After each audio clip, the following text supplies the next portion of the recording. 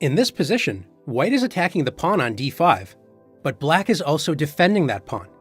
So how do we know if capturing the pawn on d5 is a good idea for white? Let's count. Usually you want to have at least one more attacker than your opponent has defenders.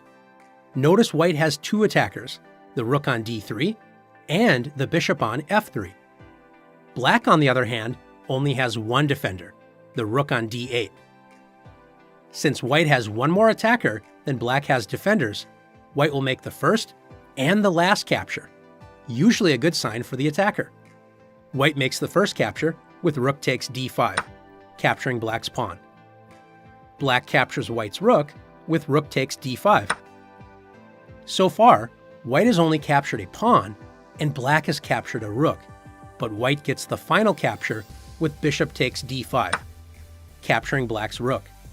Notice that both sides captured a rook, but white also captured a pawn, meaning white won a pawn from the captures thanks to having one more attacker than black had a defender.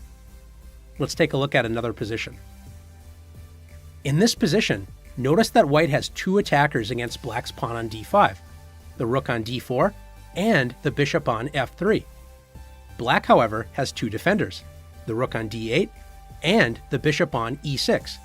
So there's two attackers against two defenders. When there is the same number of attackers and defenders, the defense usually has the advantage. The reason why is that although the attacker captures first, the defense captures last. Let's see this idea in action.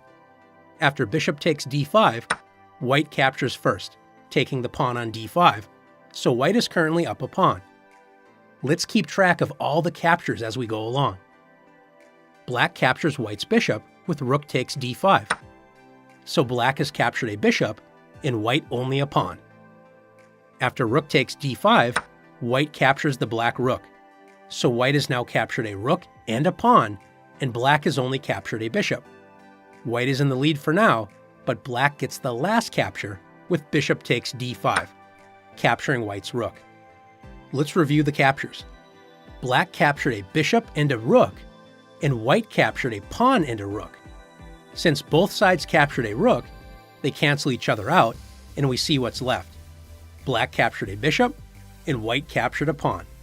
This means black won a bishop for a pawn. Since two attackers did not succeed against two defenders, white needs to add one more attacker to the d5 pawn. Can you see how white can do this? That's right, knight to c3. White now has three attackers against two defenders. Black would like to add a third defender to keep the balance between attackers versus defenders, but black cannot add a third defender on the next move. So black plays knight to g6, dreaming of playing knight e7 on the next turn in order to add that third defender to the d5 pawn.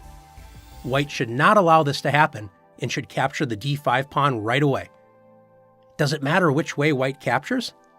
It sure does. When you decide to capture, it's a good idea not to capture with your most valuable attacking piece first. Since the bishop and knight are both worth 3 points, the 5-point piece, the rook, should not capture first. Why? Because after rook takes d5, black is able to trade white's most valuable attacker for black's least valuable defender, the bishop. So after bishop takes d5 and knight takes d5, notice that black captured white's rook and white captured a bishop and a pawn. Black gained 5 points and white only gained 4 from these trades. This means black got the better deal from the captures. Since capturing with the most valuable attacking piece lost material for white, white should capture with the least valuable attacking piece first. The least valuable attacking pieces are the knight and the bishop, so either capture would be fine. Let's capture with the bishop first. After bishop takes d5, white makes the first capture, gaining a pawn. Black captures white's bishop with bishop takes d5. Black is currently up a bishop for a pawn, but white gets the next capture.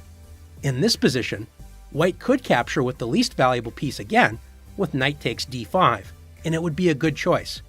But notice that white can also decide to play rook takes d5, capturing with the most valuable piece. Why is it okay to take with the most valuable piece now, but it wasn't good a move before? The reason why is that black's only remaining defensive piece is the rook, which is as valuable as white's rook. You do not want to capture with the most valuable piece when your opponent can capture with a less valuable piece, such as in the last example where white lost a rook for a bishop. After rook takes d5, black captures white's rook, and now white makes the final capture with knight takes d5, capturing black's rook. Both sides captured a rook as well as a bishop, but white also captured a pawn, so white won a pawn by counting carefully and making the right moves. Let's take a look at one more position together. Is it always true that when there are an equal number of defenders against attackers, that the defense will get the better deal from the captures? Not always. In this position, white has two attackers against f7, the knight on g5 and the bishop on c4. Black has two defenders, the queen on e7 and the king on e8. White captures a pawn with knight takes f7. If black takes the knight, the queen must make the first capture because the king would put itself into check by capturing the knight. Since the queen is worth more than both of white's attackers, the knight and the bishop, black will lose material after queen takes f7, bishop takes f7 check, king takes f7. White captured a queen and a pawn worth 10 points for a bishop and a knight, worth 6 points, so white gained 4 points from the captures. Counting is a very useful idea, but remember not to blindly follow the counting method. You always have to think carefully with each position. Now that you've learned the importance of counting, it's time to practice counting captures to your advantage.